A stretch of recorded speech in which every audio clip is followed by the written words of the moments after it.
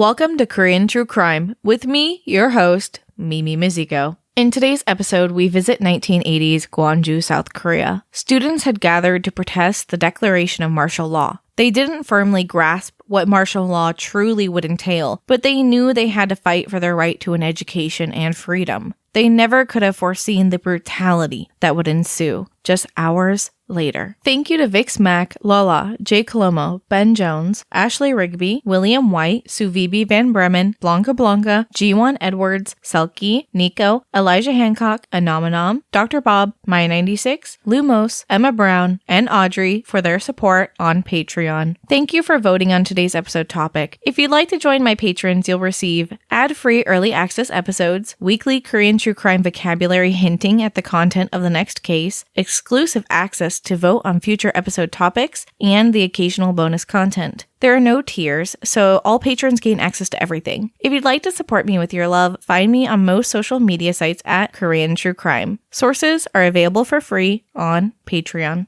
Warning: today's episode contains mentions of sexual assault and violence towards children. Listener discretion is advised. What was that?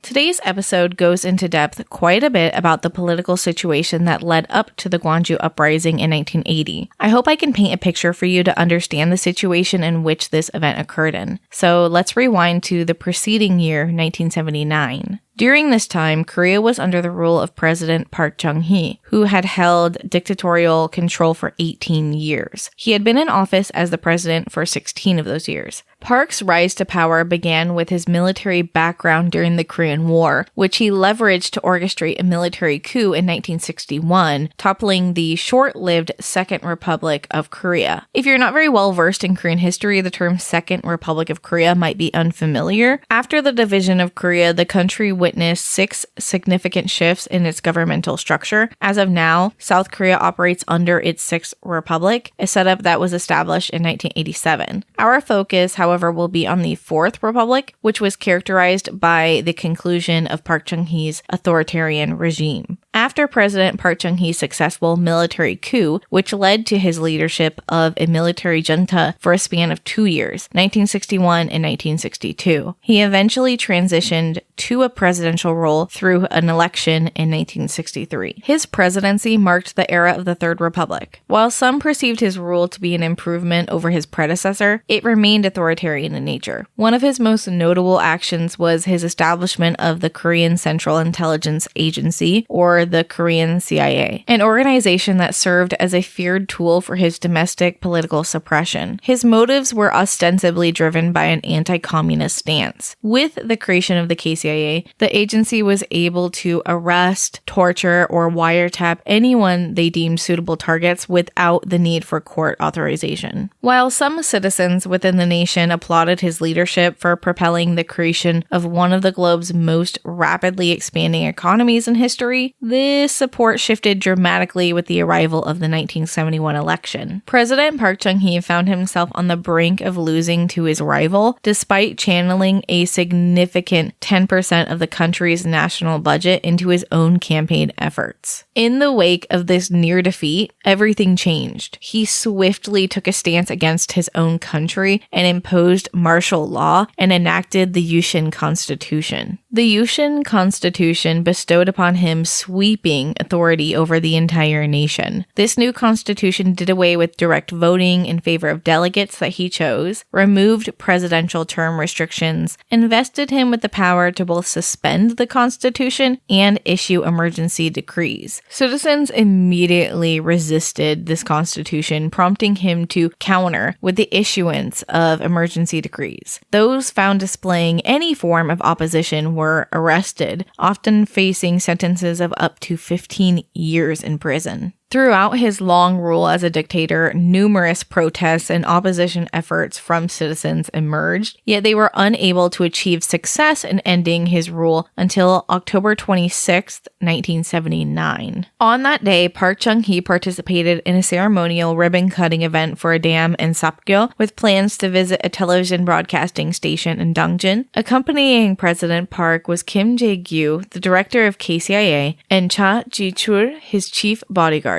Bodyguard Cha had been appointed following the successful assassination of President Park's wife and the attempted assassination of Park himself in 1974. Due to lingering suspicions of assassination attempts, Cha was very wary of the KCIA director and adamantly insisted that no one else share the helicopter ride with President Park. This stance offended the director, who reacted by excusing himself from the entire day's trip. At the end of his schedule, he had a banquet at the secure KCIA safe house, which is within the presidential residence, commonly known as the Blue House. These banquets occurred approximately 10 times a month. Among the attendees of this one were President Park, KCIA Director Kim Jae-gyu, Chief Secretary Kim Gae-won, Chief Bodyguard Cha Ji-chul, as well as two young college-aged women, Shim Soo-bong, an emerging singer, and Shin Jae-sun, a drama student at Hanyang University. The four men had shared a long-standing acquaintance, their history intertwined through years of collaboration, including their involvement in the military coup that propelled President Park to his position of power. Unknown at the time, this banquet would be their final night dining together. The two women were presented to President Park as entertainers for the evening, as was custom of his banquets. Shim Soo-bong had visited before and was asked to sing as usual, and she, a survivor of this incident, recalls singing The Person Back Then, or Gure Gu Saram, a romantic song detailing a woman's desire to rekindle love with a man who got away. The song is forever marred by this moment in history, but it is a really beautiful song. During the entertainment, the group of men directed their discussion towards the escalating wave of anti-government protests happening throughout the nation. President Park expressed his discontent over the insufficient efforts by the KCIA to quell the demonstrations. Chief Bodyguard Cha chimed in, suggesting a severe response of, quote, mowing down the protesters with tanks, unquote. President Park continued the conversation by characterizing the protesters as impure elements and asserting the necessity of addressing the situation promptly. KCIA Director Kim, however, maintained his stance firmly, countering that these protesters and rioters should not bear the blame of President Park's diminishing support. Director Kim's brutal honesty sent President Park into a rage, who issued a stark warning to him. If the circumstances deteriorated any further, he would authorize the immediate shooting of protesters. In an odd reflection, he recounted historical instances where leaders had been executed under similar shoot-to-kill directives. Yet he seemed to believe that his position rendered him immune to such consequences. Bodyguard Cha persisted in fueling the president's tirade, supplementing it by noting that even the Cambodian government, responsible for the deaths of 5 million of their own people, managed to retain their authority. In light of this, he questioned the significance of sacrificing 1 or 2 million Korean lives just to uphold their own rule. Director Kim stormed out of the room at 7:40 p.m. that evening after many unsuccessful attempts to steer the conversation away from the protest. Director Kim left and ordered his agents to shoot President Park's guards if they tried to enter the room. KCIA Director Kim Jae-gyu had, prior to this dinner, allegedly told Chief Secretary Kim Gae-won that he wanted to get rid of Chief Bodyguard Cha that evening. Director Kim retrieved his semi-automatic Walther PPK pistol and began firing at President Park and Chief Bodyguard Cha. He shot Cha in the arm and Park in the chest before his pistol jammed and he was forced to leave to find another weapon. Cha fled to the bathroom adjacent to the dining room, while Kim was out of the room. The two women began to flee, but stopped to try to help save the president. Director Kim asked Chief Secretary Kim to leave and secure the KCIA safe house. Director Kim returned to the room with a Smith & Wesson Model 36 revolver that he took from a subordinate and shot Cha in the abdomen. Singer Shim ran out of the room, but drama student Shin stayed with the injured president until Director Kim approached and demanded that she leave. President Park was left lying on the floor as Kim approached and allegedly spoke to the dying president by screaming at him, "How can you have such a miserable worm as your advisor?" referring to Chief Bodyguard Cha, before shooting him in the head execution style behind his right ear. KCIA agents held the bodyguards at gunpoint and ordered them to surrender, hoping to prevent any further bloodshed, especially since these were their coworkers and friends. But when one guard attempted to reach for his gun, the 2 bodyguards were shot dead, and the gunshots triggered the execution of the last remaining bodyguard who was outside. In total, 6 people would be killed: President Park, Bodyguard Cha, 3 presidential bodyguards, and the chauffeur outside.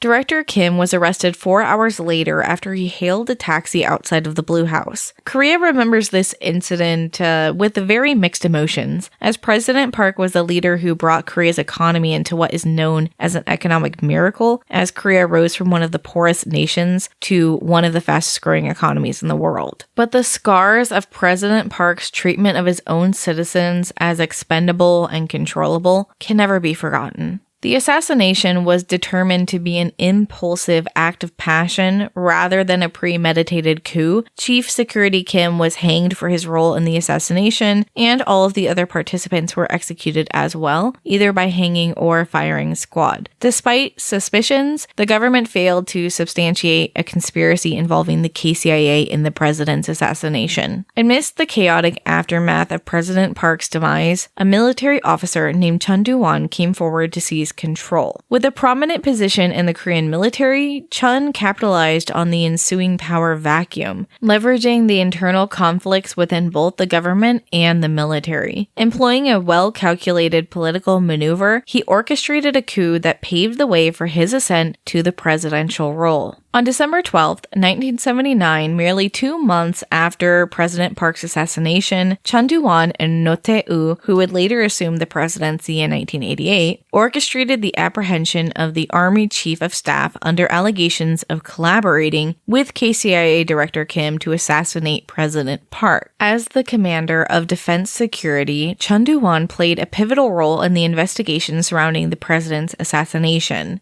Despite President Che's disapproval of the arrest, Chun remained undeterred and continued with his investigation. He commanded various army regiments and airborne brigades to descend upon downtown Seoul, a display intended to showcase their allegiance to Chun Do-won. This maneuver incited a sequence of riots and clashes within the capital city. Within the span of a single day, the Ministry of Defense and Army headquarters were seized, placing military control firmly in Chun Do-won's hands. Consequently, he emerged as the de facto leader of the nation.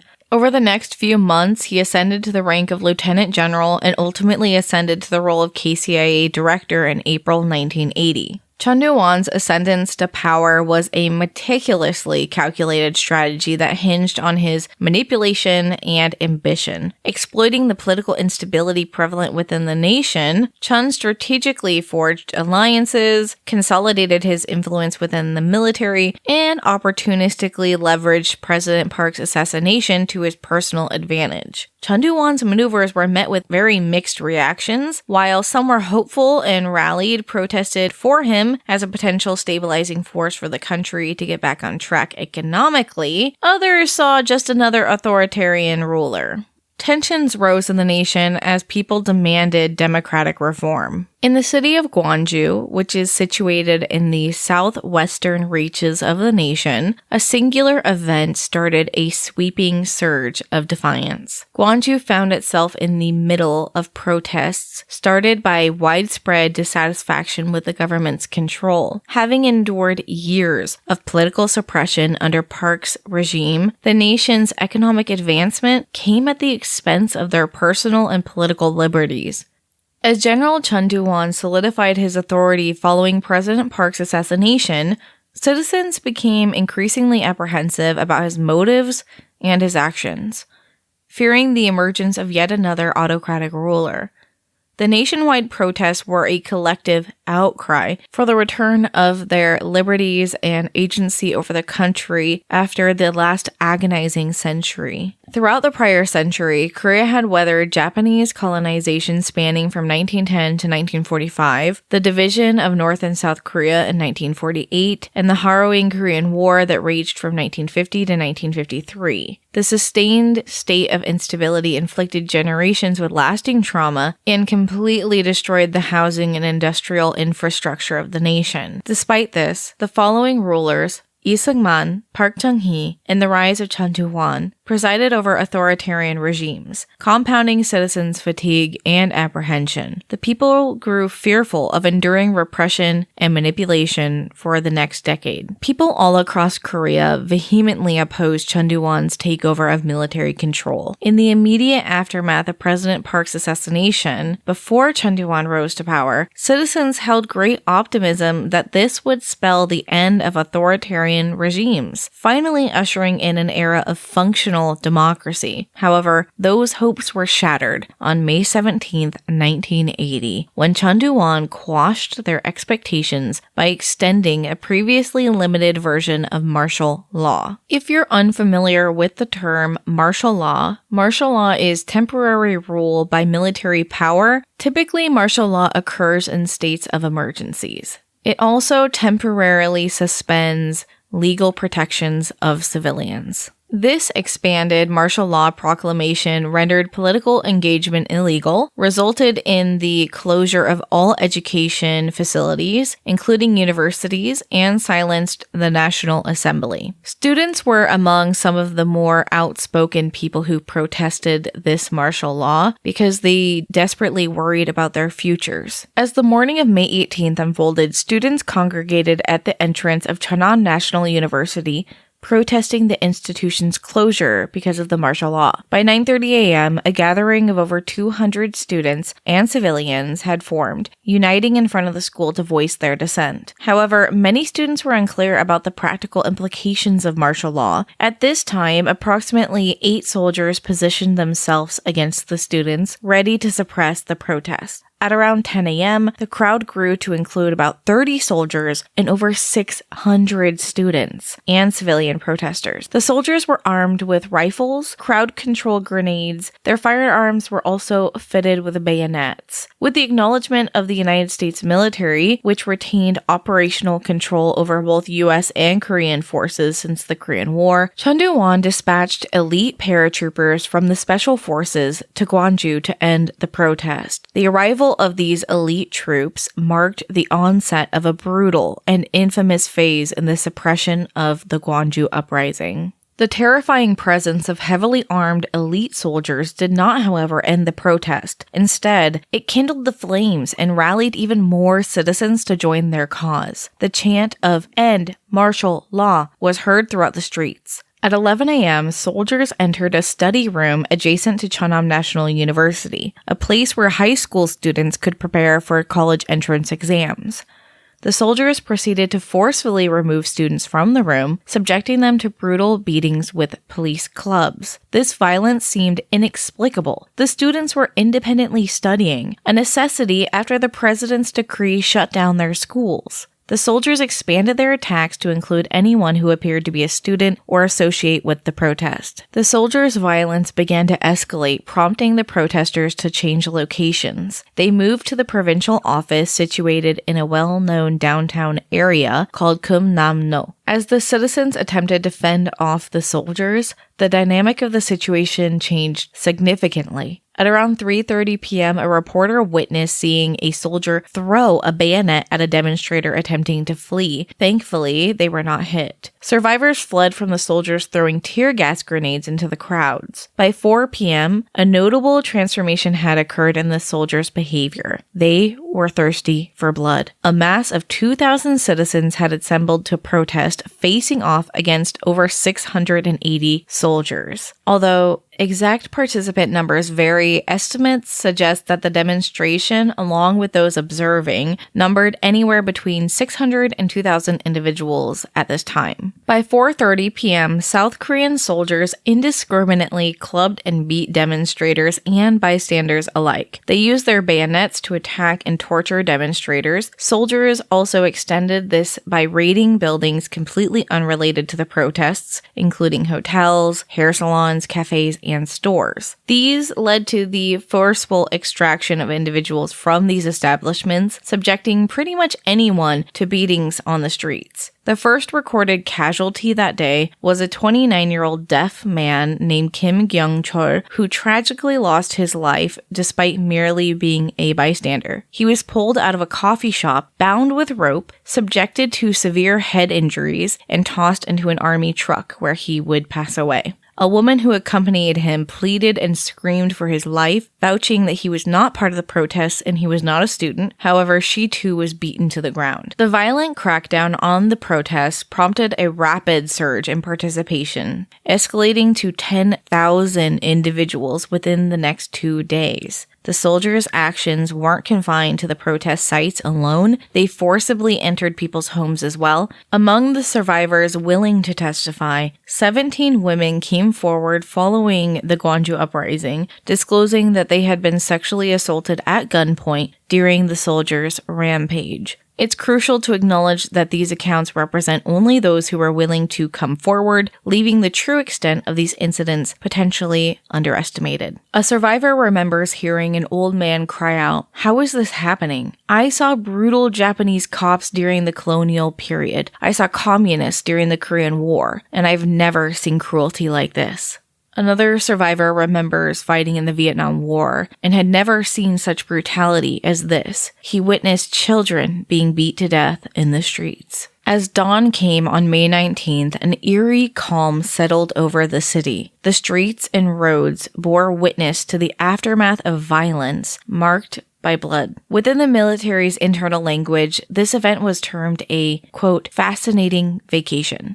Across the city, voices were sounded, airing grievances and demands. Above all, citizens called for an apology for the prior day's violence. In the heart of downtown Kumnamno, a sit-down demonstration began to unfold. By 10 a.m., a crowd of over 4,000 had assembled. They observed as soldiers established cordons and checkpoints, while military trucks rolled in. Soldiers stood with bayonets affixed and aimed at the demonstrators. Any students attempting to enter the college grounds were met with beatings. Overhead, helicopters circled. The scene was a sight to behold. The military, terrified of the power students had in merely protesting. Anger grew, as did sorrow amongst the protesters. At 11 a.m., a student who defied the soldiers by entering the school was paraded before the protesters, stripped naked, and subjected to a beating to humiliate him. The violence persisted as soldiers began to leap off of the trucks, move into the crowd, and mercilessly strike citizens with their heavy clubs, showing no concern for the elderly, young students, or bystanders. Tear gas once again was thrown into the crowd. At this point, it was one-sided. Some courageous citizens threw stones, and others who had anticipated further violence would arrive later with prepared Molotov cocktails. People threw pieces of flower pots and bricks at the armed soldiers. They tried to barricade the street by using broken telephone booths that they tore down with their hands. By 4:30 p.m., the police station was burned down. As the building was overtaken by flames, a shot rang through the air. A soldier, from an armored vehicle that had been overtaken by protesters, had shot into the crowd, killing a demonstrator. Massacre is the only word that can be used to describe what happened next. This was the first casualty by gunfire. Citizens saw the smiles on soldiers' faces as they pulled the bodies to the sides of the road. It was disturbingly apparent that these soldiers took pleasure in the trampling and killing of their fellow citizens.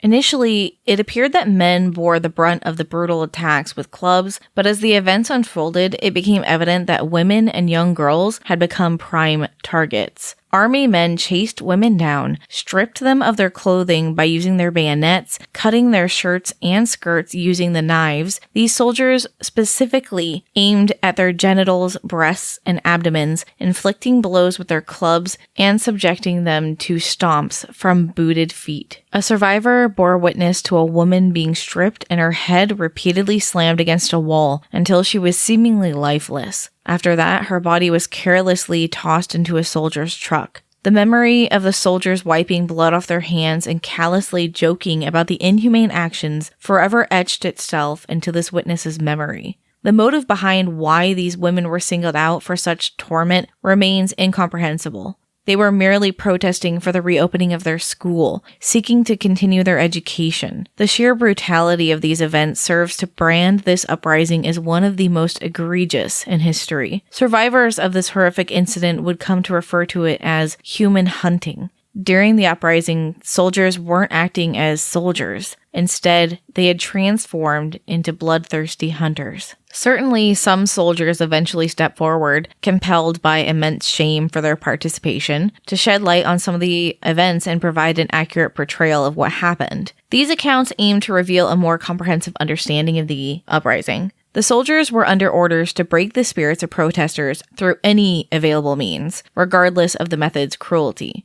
A common strategy that they used was forcibly stripping the protesters, rendering them naked and humiliated. In an attempt to prevent the captured citizens from fleeing, soldiers would tie their hands behind their backs using their belts and force them to hold their clothes in their constrained hands. The captured protesters were forced to line up with their hands tied behind their back, naked, holding their own clothes, and step onto army trucks, which are much too high for a capacitated person to step onto. The citizens would help each other onto the trucks by pushing the person in front of them with their head because they knew if someone fell, they'd just be subjected to more beatings. After they were on the trucks, they were taken to nearby sports complexes where they were herded together and subjected to even more beatings. All while this is happening, the rest of Korea remained largely oblivious to what was happening in Gwangju. A comprehensive media blackout was imposed, and communication systems encompassing phone and internet access were abruptly severed within the city. An effective veil of silence enveloped the incident, with strict prohibition against reporting about the incident. However, on May 20th, journalists convened in a bid to document the extent of the casualties. Yet, this task proved futile as they encountered insurmountable obstacles. Their reporting was confined to narratives favoring the police and the soldiers. The official narrative reported only 4 police officers and 2 soldiers had been killed, while the number of deceased civilians remained uncounted.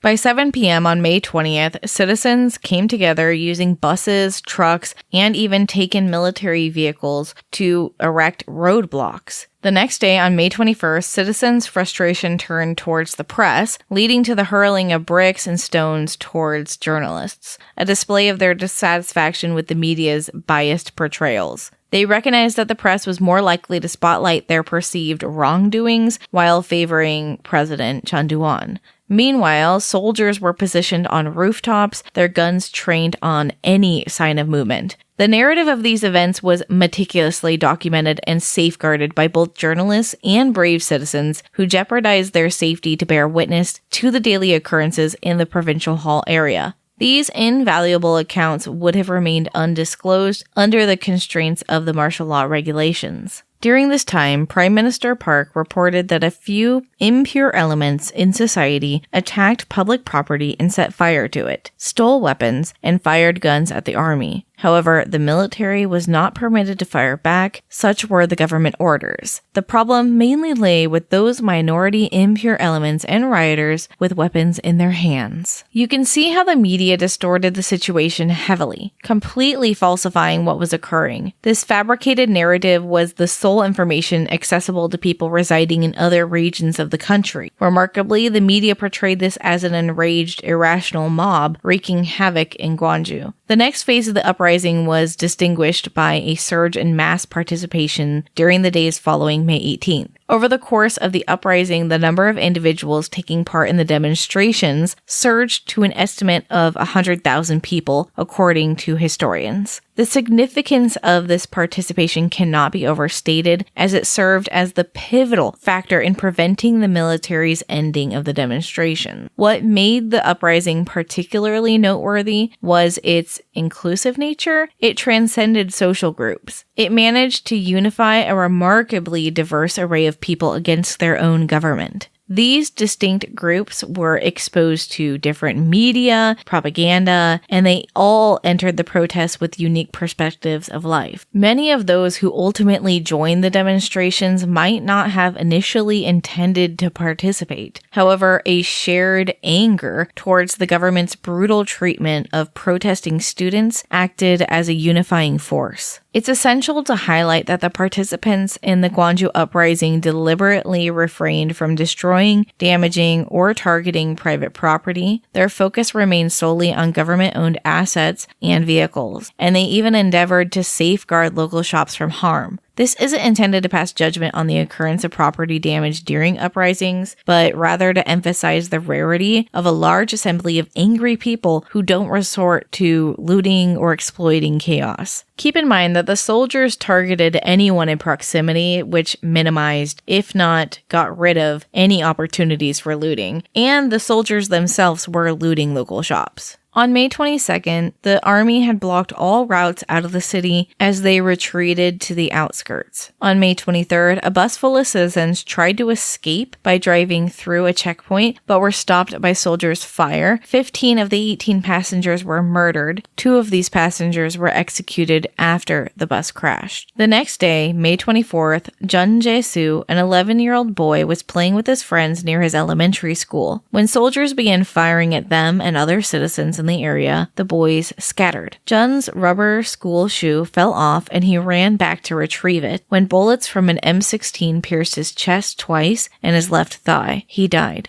Later that same day, 11-year-old Bang Gwan-bum was bathing and swimming in the Wonjae Reservoir when he was spotted exiting the water by a soldier. Bang was shot through the left side of his head, execution style, by an M16. The government would try to say that Bang was believed to be a teenage student attempting to flee the city across the reservoir. It's doubtful that anyone could be close enough to shoot an 11-year-old boy in the back of the head and not realize they were a child. The military's gravest error took place on May 24th at 1:55 p.m. when the 63rd Special Operations Battalion of the Airborne Brigade and the Training Battalion of the CATC Army Infantry School mistakenly engaged in fire against one another, erroneously believing each other to be civilians. This incident resulted in the death of 13 soldiers. Following this, they proceeded to indiscriminately target unarmed civilians, alongside engaging in looting and destroying stores. To uphold their narrative, the deceased soldiers were counted amongst the victims attributed to the so-called rioters. The demonstrators were hard at work liberating their city and created the Citizen Settlement Committee and Student Settlement Committee. The groups were led by a roster of qualified individuals, including lawyers, professors, military veterans, and preachers. These groups initiated contact with the army to initiate negotiation. Their demands included the release of all armed citizens, compensation for victims, and a pledge against retaliatory actions offered in exchange for the disarmament of militias. The Student Settlement Committee took on responsibilities such as funeral arrangements, traffic management, medical assistance, and public awareness campaigns. However, the negotiations reached an impasse as the army insisted on the immediate, unconditional disarmament of all militias. By May 26th, the military had devised a plan to re-enter Gwangju to confront the formed militias. In response, civilians resorted to lying down on the streets, effectively blocking the roads and sacrificing themselves as martyrs for the cause of liberating the people.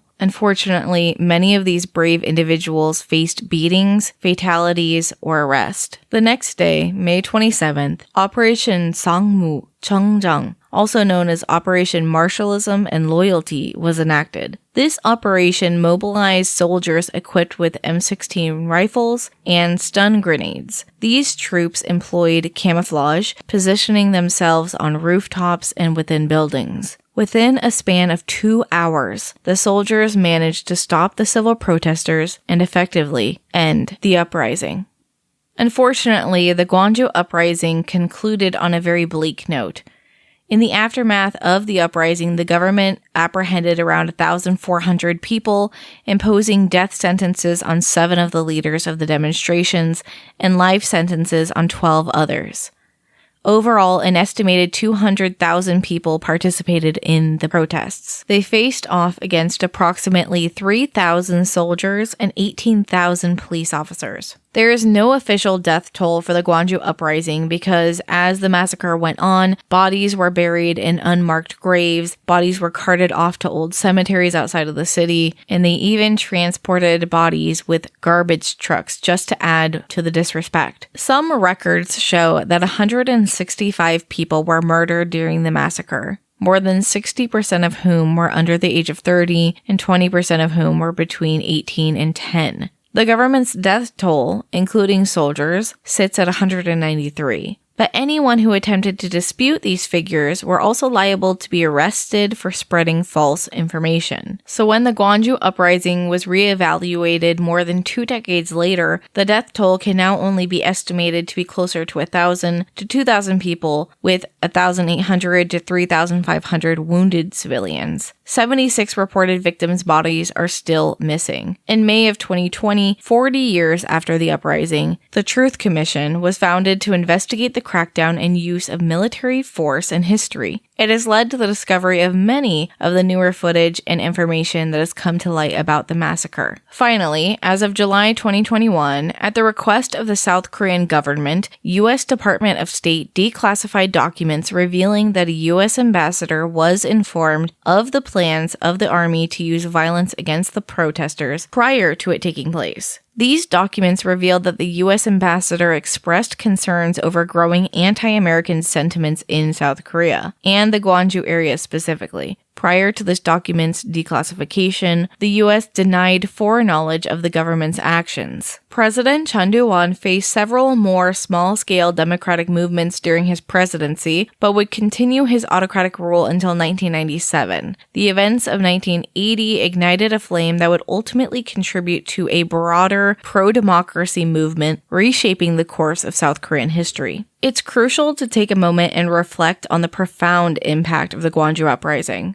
The events that unfolded in May 1980 in the city of Gwangju resonate far beyond the pages of history. This bloody history serves as a stark reminder of the complexities of power, resilience, and the power of our communities. The Gwangju Uprising wasn't just a moment of unrest, it was a testament of the strength of ordinary citizens who dared to stand up against injustice and oppression. Their collective voice, their unwavering commitment to change, and their sacrifices paved the way for a broader pro-democracy movement that would eventually transform the nation. In a world where voices are sometimes stifled and injustices persist, the Gwangju Uprising serves as a beacon of courage and a call to action. It teaches us that ordinary people, when united by a shared vision and determination, can create profound change. It reminds us that in the face of adversity, we must stand up for what is right, even if it seems impossible to achieve. As always, thank you for listening to Korean True Crime. I hope you enjoyed today's episode topic. If you'd like to vote on future episode topics, join Korean True Crime's Patreon today. If you'd like to hear more, follow the show wherever you listen and be sure to leave a review. If you'd like to send me feedback, find me on all social media sites at Korean True Crime. 다음에 또 봐요. See you next time.